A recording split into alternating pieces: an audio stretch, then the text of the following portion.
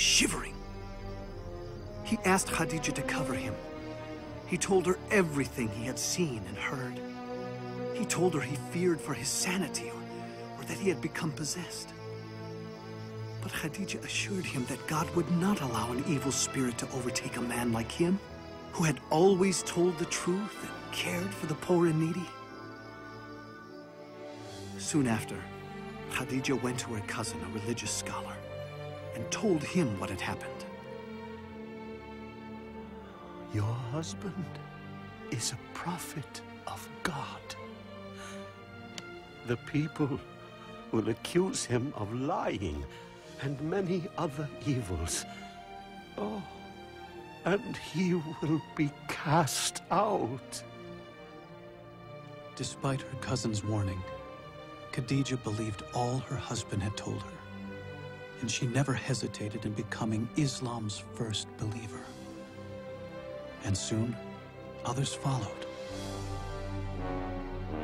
I keep hearing rumors about Muhammad's secret meetings. Please, Abu Jahl. But he's teaching something.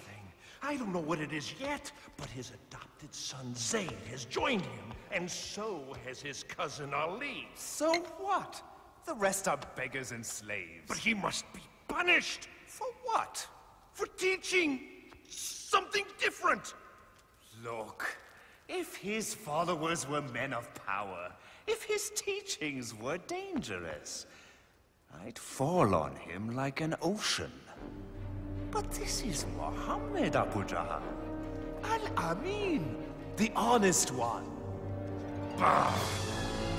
For 3 years, the Prophet, peace and blessing be upon him, preached in secret. It was during this time, Siham, that I first heard his teachings. I'm not sure we should be doing this. You have to hear him, Mother. We'll be all right, Jalila. Inside, quickly. There's more tonight than ever before. Thank you, Jafar.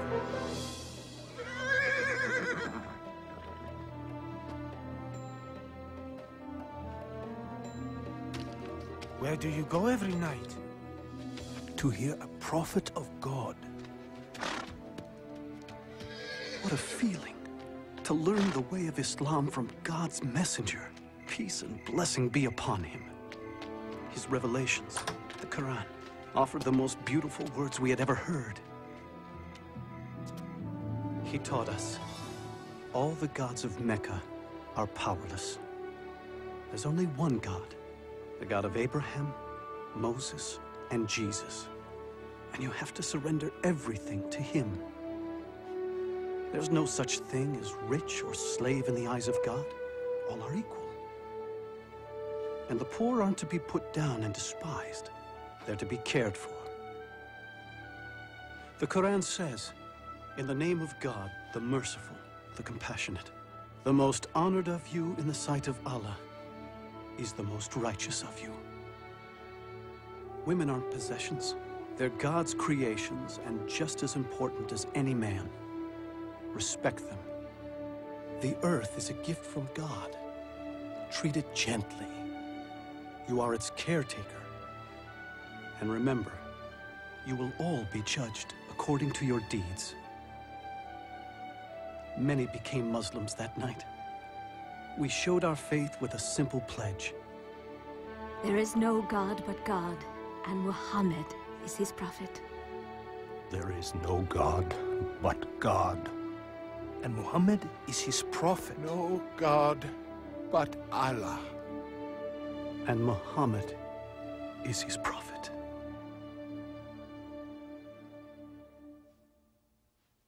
You won't believe it, Amal. He says all men are created equal in the sight of God. You have to take me to him. I knew you would see the danger of Muhammad's preaching. Of course I see it. He must be stopped. You cannot stop Muhammad. What? Bilal, come back. You'll be whipped. They can whip my body, but not my soul. Fine, then leave your soul there, but get your body back here. What do you know about Muhammad? I know he is a prophet. Prophet? You see? It spreads like a disease. The gods will punish you for those words, Bilal. Muhammad says the idol gods are powerless. Huh? Powerless? Powerless, he says. A slave says all the gods are powerless. Now, what do all of you say about Muhammad's harmless teachings? Our nephew preaches against us, Abu Talib? We also believe in an almighty God. Well, yes, but we don't say all the rest are worthless. What harm can be done by it?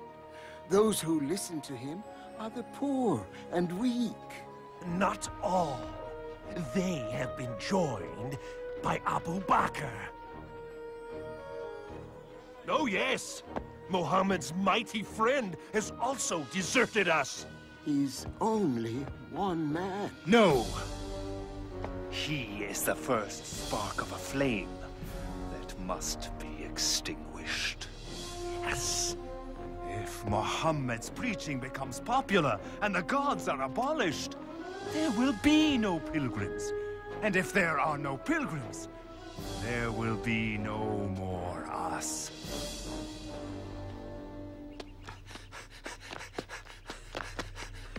The messenger of God has sounded the warning call. What? Is Mecca under attack? I don't know. Come on. Sumaya, come to the Kaaba. Hurry! Yes, sir. Quickly, come.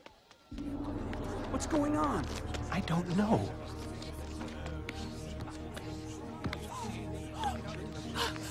There he is. Up you go. See the messenger of God, Huda? There!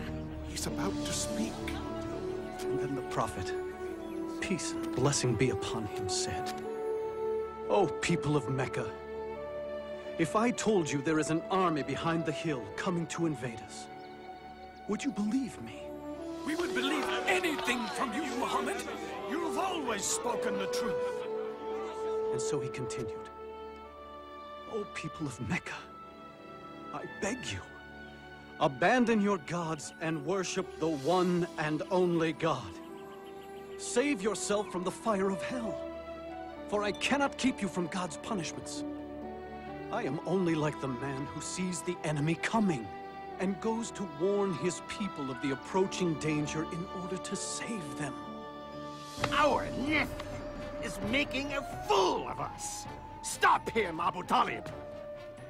Woe to you, Muhammad. Have you assembled us for this?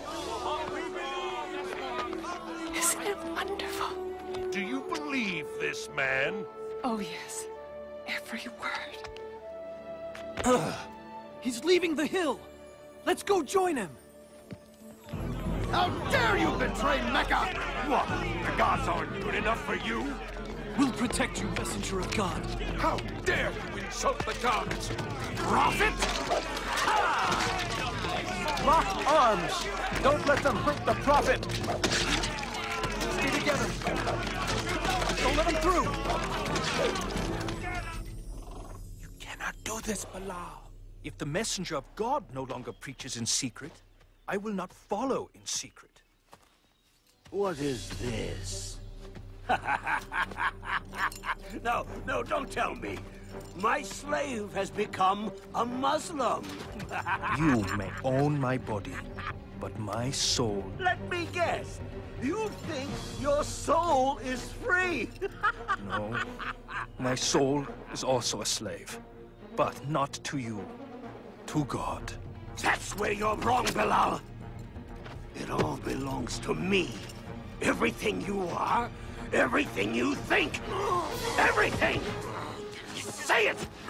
Deny Muhammad's words and say your soul belongs to me! Say it, Bilal, say it! There is only one God, and Muhammad is his prophet. Let's see what you'll say under the lash!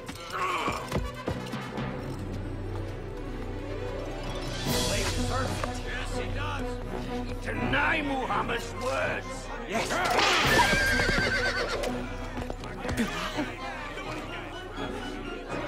One God. One